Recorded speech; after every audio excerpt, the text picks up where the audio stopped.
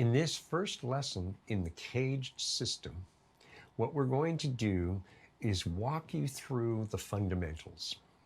First of all, you already know C, A, G, E, and D chords in the first position. They're commonly called cowboy chords, right? Because they're the staple of country and folk music. Now, what the CAGED system does is takes these 5 chords and converts them into, say, a form, like the C form. And it shows you how to move that C form up the fretboard to use that particular voicing pattern to play other chords. And the same thing with the A, the G, the E, and the D chords. We use those basic chords as forms, moving them up to fretboard to play that voicing, but in different keys, i.e. a D chord, an E chord, an F sharp, and so forth. All right? So bear with us. We're taking this very deliberately slow on purpose so that everybody gets to come along, even those of you who are young in your guitar playing journey. All right? So let's go. All right. To my right, your left on screen, are the 5 basic chord shapes that make up the CAGED system.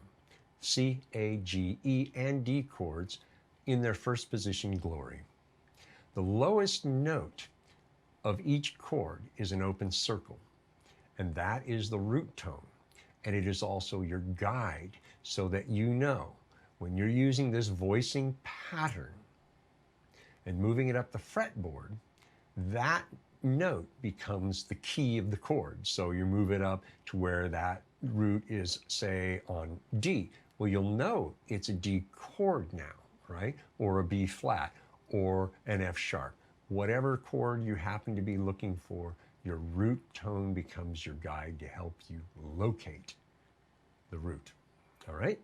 So now what we're going to do is we're going to walk through each of these 5 chords, convert them into being called forms now, and basically, a voicing pattern as well, and show you how to move them up the fretboard. All right? The first chord in the CAGED system is the C. So we're going to be going C, A, G, E, D in that order. So the C chord is the first chord of the sequence. So we all know how to play a C. So now, in order to move up the fretboard, you have to change the fingering so that the C chord voicing can be preserved and so then also moved up the fretboard, right? So let's change the fingering. Where normally we play a C chord with our first, second, and third fingers, in order to make this C chord form a movable form, we have to alter the fingering. So what we're going to do is remove our first, second, and third fingers, and now we're going to put our 4th finger on the 3rd fret of the 5th string, our 3rd finger on the 2nd fret of the 4th string, our 2nd finger on the 1st fret of the 2nd string, and your 1st finger will now lay over the nut. Another thing I want to point out is your thumb will now straddle the spine at around the 1st fret, kind of like when you're playing bar chords. Okay? Now, moving forward, whether you're playing the C, A, G, E, or D forms, moving up the fretboard, your 1st finger is going to become the de facto nut, or another way of saying it is, it will take the place of a capo on the open strings. All right? So you should be able to have a good sounding C chord.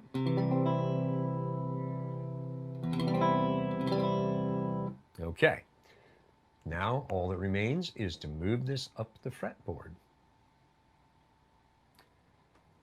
Okay, so now what we have is our C form all made up and ready to go. Let's move it up 2 frets. 1st finger, everything, 2 frets. 1, 2. Now we know the 5th fret of the 5th string is a D, and that is also our root note, our 4th finger. So what you're playing is the D major using the C form or the C chord voicing. Now, if we move it up 2 more frets, this isn't in the lesson, you're going to be playing an E, because we know the 7th fret of the 5th string is an E.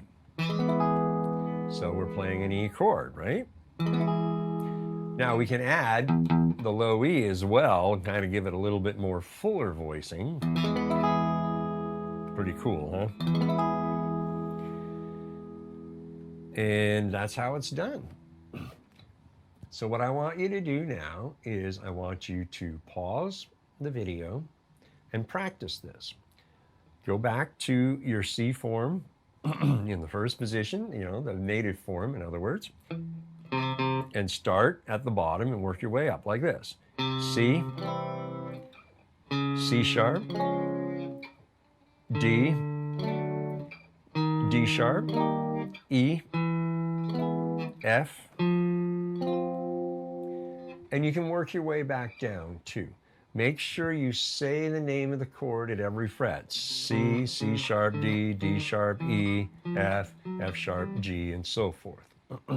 Okay? Then, when you're comfortable and feeling pretty good about it, you can restart the video and move on to the A form of the caged sequence. The second chord of the caged system is the A chord form. This is the A chord in its native form. You may play this one of a number of ways. The usual is the 1st, 2nd, and 3rd finger. The next way is swapping the 1st and 2nd fingers. There's the rock and roll approach, where you just lay your finger across the 2nd, 3rd, and 4th strings. And then there is the 2nd, 3rd, and 4th finger approach.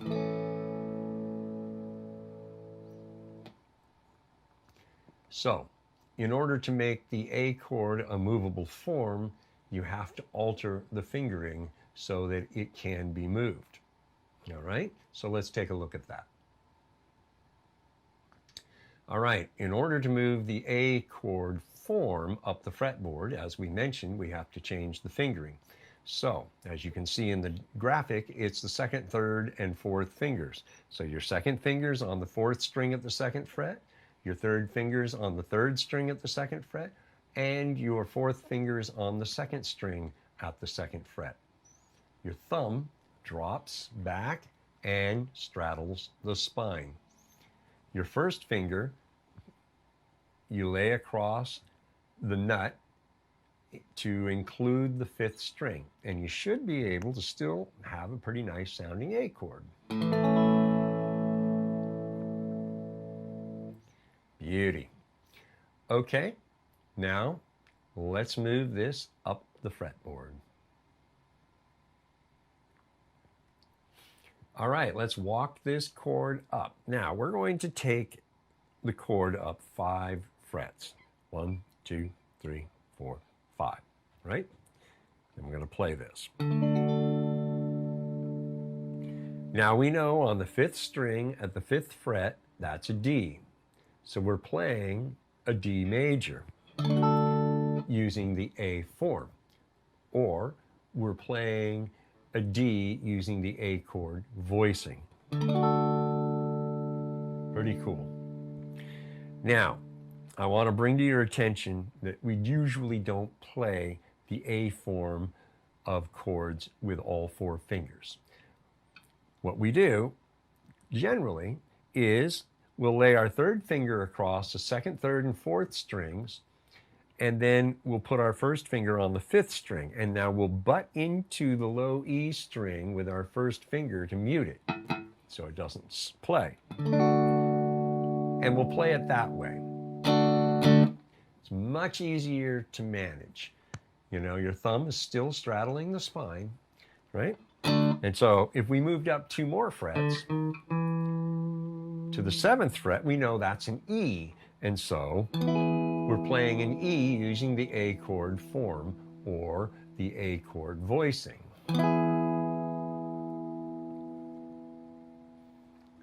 So what I want you to do, pause the video and go back to first position. And in first position, go ahead and play with your 2nd, 3rd, and 4th fingers just for practice. And play the A. And then when you move up 1 fret, go ahead and switch to your 3rd finger and call that out. A sharp, B, C, C sharp, D, D sharp, E, and so forth, if you want to keep going. And then come back down and call out every position. A sharp, B, C, C sharp, D. This way you're going to learn the notes on the fretboard a little bit too, if you haven't really done that. This is going to help you because you need to know to play an F if you're going to use the A form. There's the F, right? So you need to know these things. All right? So practice that for a little while. All right? You have C form and A form. Now, what you want to do is you want to play around with these now and move between them. Create a little progression to get used to switching between these two forms, all right? Let me demonstrate. All right, what we're going to do is we're going to play an E, a D, a G, and an E. We're going to use the C form of the E chord. So this is our root on the 7th fret of the 5th string. That's the E. And then we're going to play the A form of the D. There's your D. And then we're going to move up to the C form of the G. Here's your G. And then to the A form of the E. And just a couple of beats each.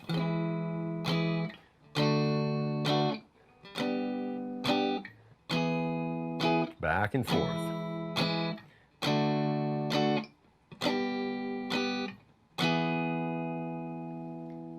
Just like that, okay? So pause the video and go ahead and do this exercise. And we really encourage you, do this exercise because it really is important, all right? To help you learn to be able to move between these forms, all right?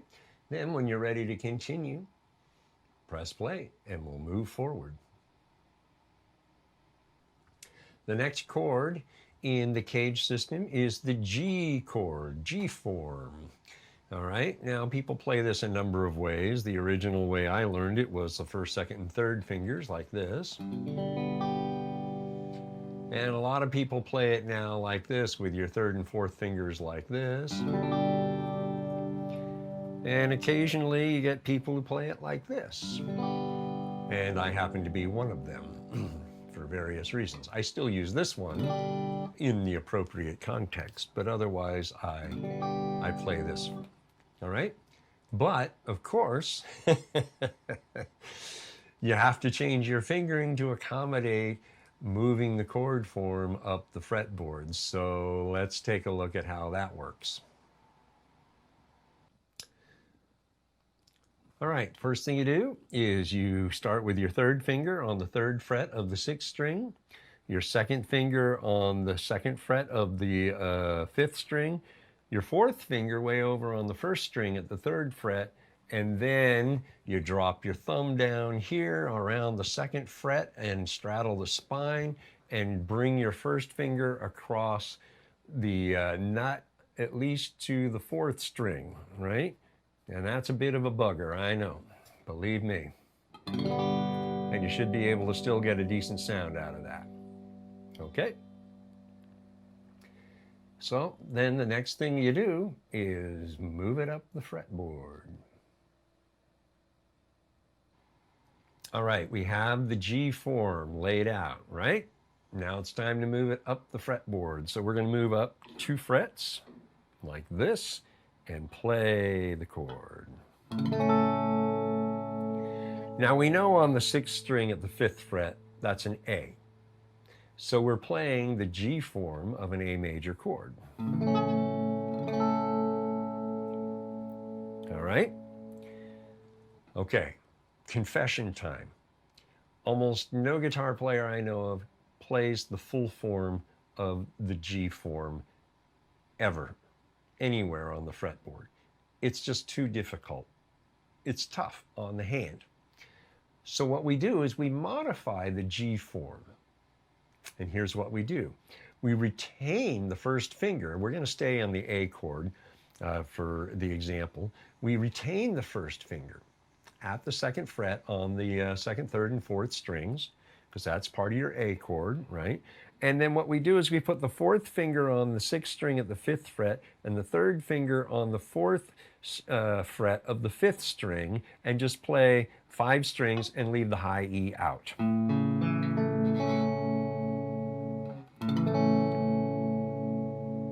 Okay, now that's the bottom part of the G form. Now, we could just as easily, retaining the first finger on the second, third, and fourth strings at the second fret, play the high E, A note at the fifth fret on the first string, and just play the top 4 strings.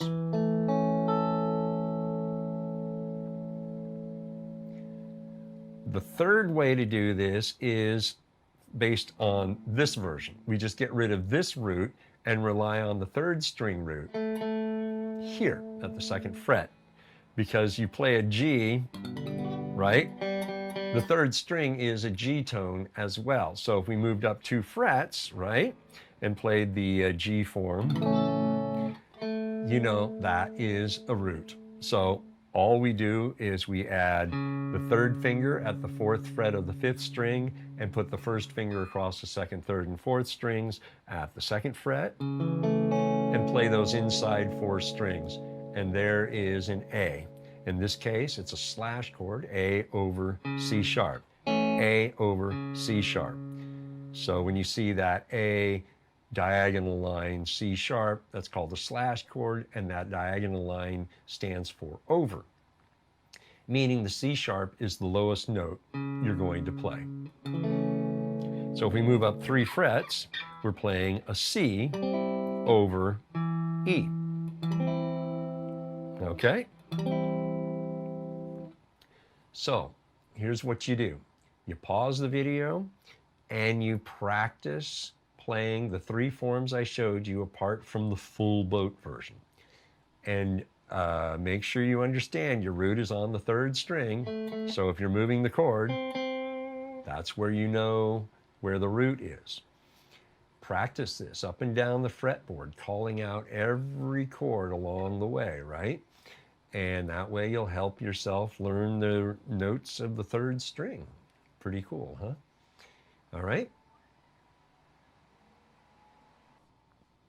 All right, now you've got 3 forms to play with, C, A, and G forms. Again, put together a little progression and get used to moving between these 3 forms. Let me show you what I'm talking about. All right, creating a progression with the C, A, and G forms. We're going to do E, D, A, and back to E.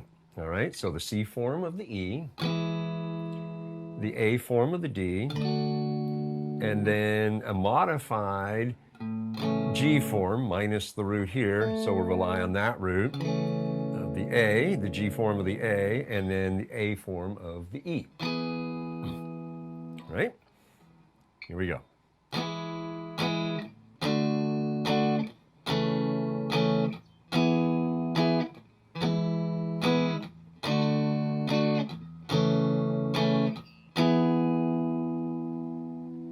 You can even modify things and play around with it and do it a little bit differently, right? So you can start with the A form of the E, do the G form of the D,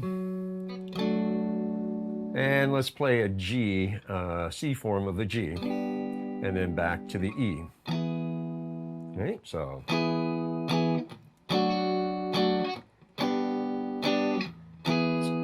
Pretty easy one.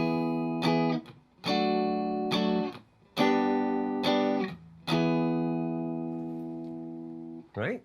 Keep it simple and just play through these and have fun with it. So pause the video and try these out for yourself and get more comfortable as you go through this.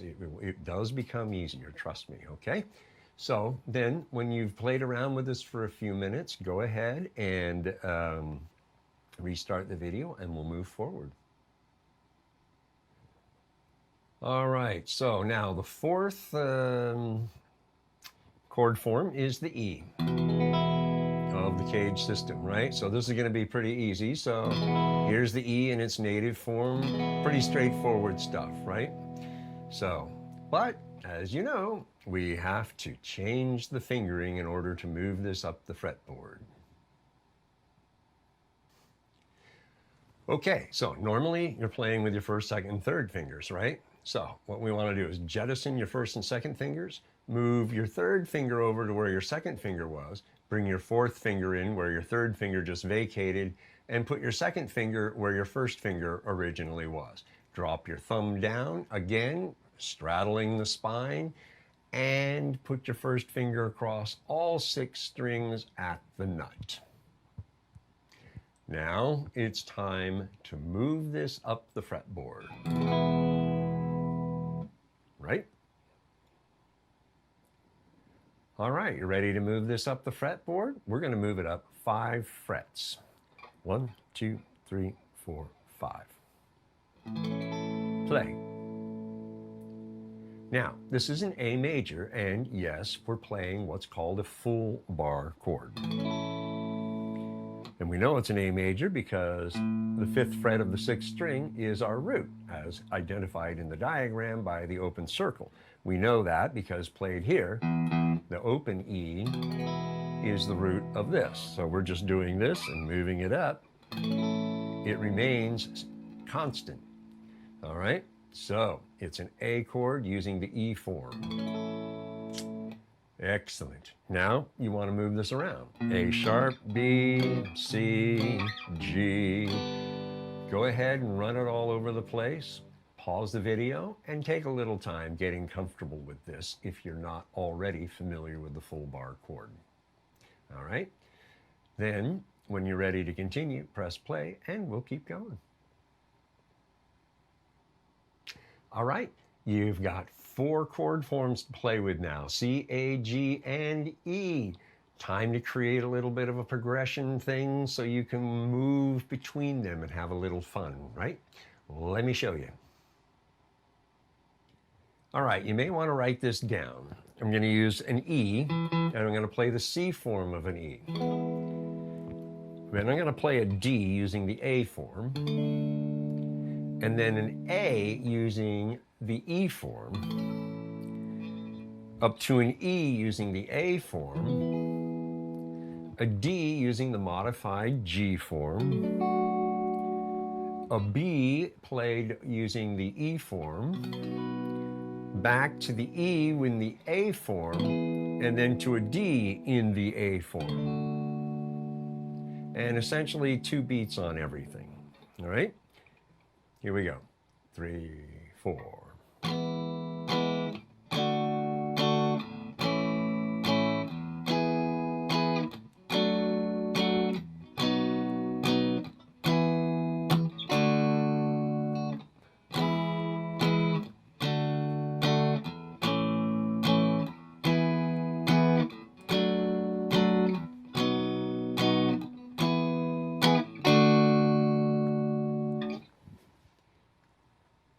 And that's how you do it. Use the forms to create a progression. Make sure you use each of the 4 forms, and you can use it more than once. That's perfectly acceptable, of course. The object is to create a progression, play through it, and then create another progression, changing up how you play the different forms. Put them in a different order of use, right? And it's up to you how you want to approach that. But definitely, pause the video and take some time to play through these 4 chord forms so that you can really get yourself grounded in understanding them and using them and moving between them in some degree of smooth and flowing fashion, okay? Then, after you've done that for a while, restart the video and we'll move forward. All right, here is the final chord in the caged system, the D chord. Pretty straightforward stuff. We all know this one, right? Now it's time to change the fingering. All right, so traditional fingering, first, second, and third fingers, right? And as you can see, we're now going to swap everything out. You're going to put your second finger here at the third string on the second fret, your third finger at the first string at the second fret, and your fourth finger on the second string at the third fret. Drop your thumb down, once again, straddling the spine. You see a theme here, right? And your first finger back at the nut. Now, you only need to cover the fourth string. You don't need to cover the fifth string. You can, but you don't need to. And there's how it should sound straight away. All right, all we need to do now is move it up the fretboard.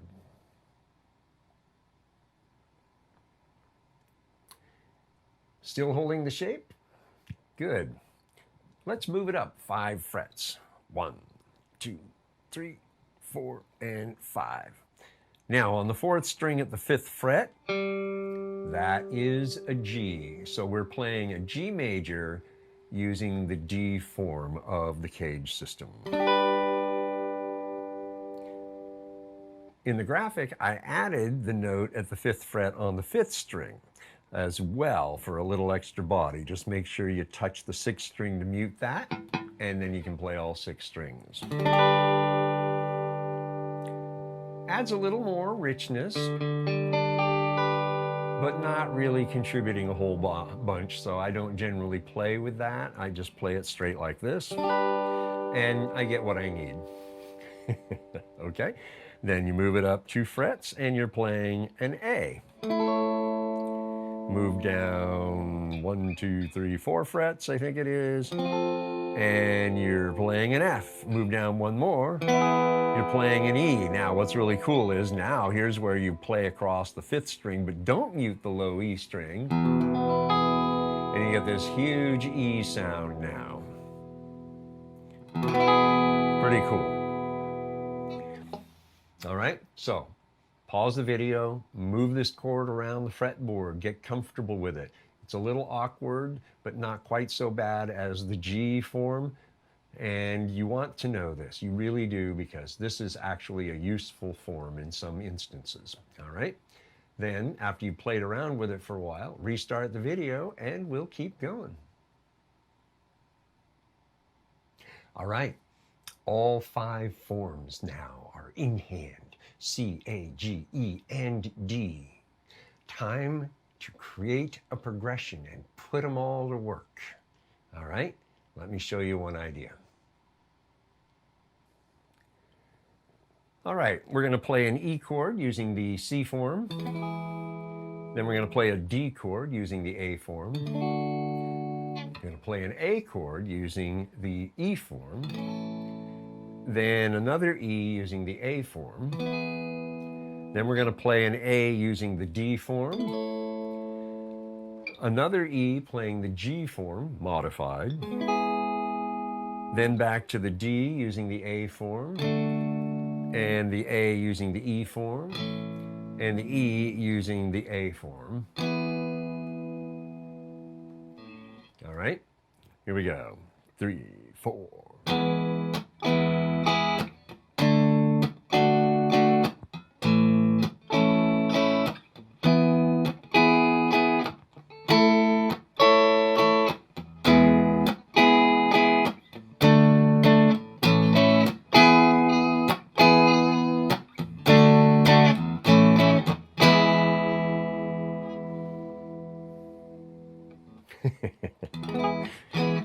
All right, you know, basically you go for it.